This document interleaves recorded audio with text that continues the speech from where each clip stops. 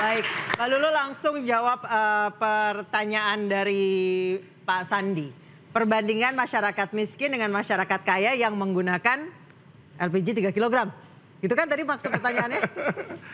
Belum pernah disurvei kali ya. Jadi kalau sekarang kita bandingkan aja antara yang misalkan 280 juta rakyat Indonesia nih, atau sama dengan kurang lebih sekitar sebut saja 50 juta rumah. Itu yang kategori kaya itu kan kita hitung jari, paling 1 juta orang nih. Itu kan mudah mendeteksinya. Sekarang datang ke rumah anggota DPR, DPRD, kabupaten, kota, dicek. Oh, pakai 3 kilogram. gas melon. Itu lebih mudah ngeceknya, lebih mudah sidaknya daripada kemudian harus masyarakat kecil yang cari untung 3.000, 4.000 kemudian disoal gitu loh. Kalau mau nertibkan pengguna, user, yang kaya dulu ditertibkan. Kita menyesuaikan, yang mikro-mikro ini menyesuaikan. Kalau mau nertibkan pengecer, tertibkan dulu pangkalan, agen, dan subagen. Yang pengecer pasti menyesuaikan. Karena kalau pengecer ini nggak bisa ngambil selain ke subagen ataupun agen. Nggak mungkin ngambil, pasti ke mereka ngambilnya gitu. Jadi kalau mereka tertib, di situ misalkan di subagen, ini jatahmu, tokomu, oleh aturan mainnya 10 per minggu. Pengecer nurut kok. Mas, saya sepakat sekali dengan apa yang disampaikan bahwa yang kaya dulu yang harus ditertibkan.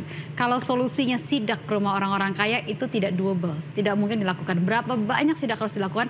Siapa petugas yang akan melakukannya? Anggaran lagi yang keluar untuk melakukan sidak bagaimana? Jadi caranya adalah tadi dengan satu sistem yang terpadu. Yang nanti akan terpadu juga dengan satu sistem bagaimana nanti penyaluran subsidi yang lain, perlindungan sosial yang lain. Rencana mulai kapan Mbak Lulu untuk sistem yang baru itu diterapkannya? Sekarang kan untuk membeli pakai KTP, NIK, begitu ya, di situ prosesnya. Dan kemudian saat ini BPS sedang terus bekerja. Nanti BPS akan mengumumkan kapan satu data DTSEN, data terpadu sosial ekonomi nasional tersebut akan menjadi satu rujukan data tunggal penyaluran berbagai perlindungan sosial sehingga tepat sasaran. Karena bagaimanapun kita Presiden punya target untuk kemudian menolkan kemiskinan ekstrim di 2026. Nah, nol kemiskinan ekstrim ini artinya adalah tepat sasaran. Anggaran yang digunakan juga harus tepat sasaran membantu mengembangkan kehidupan mereka. Jangan kemudian yang bisa mandiri tapi kemudian manja menggunakan subsidi. Masalah kita kan selama ini di situ. Baik, waktu ketemu dengan Menteri SDM, apa yang ditekankan oleh Presiden? Lalu. Presiden menekankan perbaikan tata kelola, jangan menyulitkan masyarakat sehingga kemudian masyarakat pengencer bisa berjualan kembali sambil paralel dilakukan proses perbaikan tata kelola. Proses bagaimana para pengencer ini bisa masuk menjadi bagian dari sistem yaitu pangkalan. Jadi subagen, baik, subagen tersebut jadi dibolehkan berjualan sambil kemudian diperbaiki sistemnya paralel berlangsung. Ini yang menjadi arahan dari Presiden. Ya, saya ke Mas Hadi. Mas Hadi, ketika katakan misalnya ada warga membeli ke pengecer untuk membeli gas 3 kg, dia menunjukkan KTP. Nah, bagaimana si pedagang tersebut bisa memverifikasi, oh ya betul Anda berhak untuk membeli gas 3 kg ini? Ya, ini kan juga menambah keanehan-keanehan baru karena pengecer itu per hari ini tentu tidak punya alatnya kan? Iya, artinya tidak punya nomor induk sertifikat usaha atau apapun. Kalau mau ya semua pengecer, Mbak, harus diinvestigasi dan diajarin. Kalau kamu mau jujur, tanyalah apakah para pengecer itu punya smartphone. Belum tentu, rata-rata mereka itu yang dipakai adalah stupid phone kok.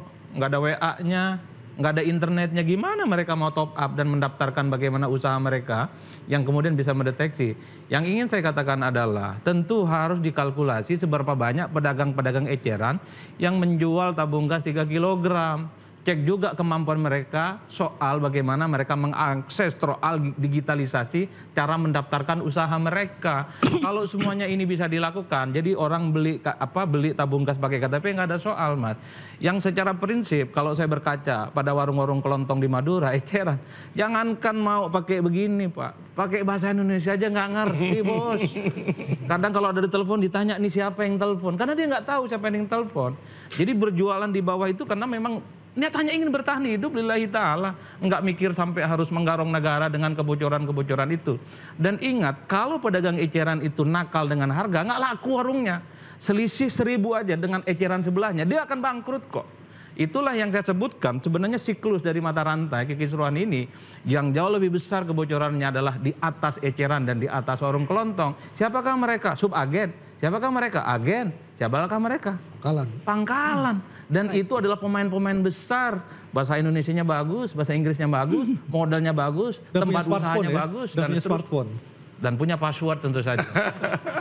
Saya ke Bang Rahman. Bang Rahman, langkah dari Pak Bahlil setelah terjadi kekisruhan dengan kebijakan ini apa? Saya kira sudah langkah cepatnya pertama membereskan itu tadi, membereskan soal percepatan menjadi yang pengecer jadi pangkalan, kemudian memastikan investigasi dong itu. Ya, ada badan untuk investigasi kalau ada hal yang tidak sesuai, terutama untuk penjualan yang lebih tinggi atau yang membeli yang tidak berhak.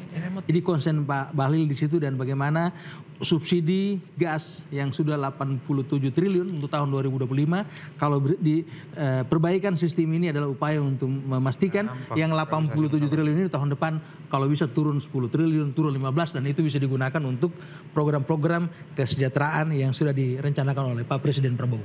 Dan itu konsen Pak Bahlil. Saya kira begitu. Oke, kita berarti akan menunggu Anissa ya, seperti apa implementasi nanti. Mudah-mudahan ini bisa menjawab semuanya dan juga tadi keluhan dari teman-teman pengecer juga bisa didengarkan, Bang Rahman, oleh Kementerian SDM.